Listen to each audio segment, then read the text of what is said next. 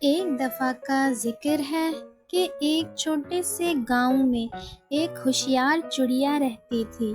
وہ ہمیشہ کھانے کی تلاش میں رہتی تھی اور جانتی تھی کہ بہترین دانے کہاں ملتے ہیں۔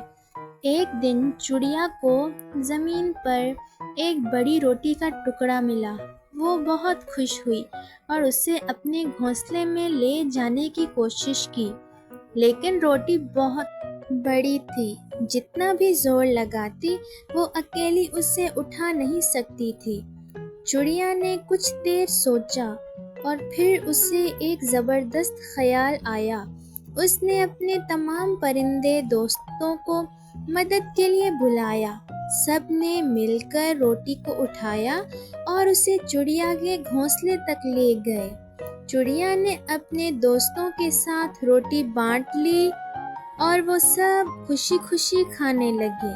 تو پیارے بچوں، اس کہانی سے ہمیں یہ سبق ملتا ہے کہ مل جل کر کام کرنا مشکل کاموں کو بھی آسان بنا دیتا ہے۔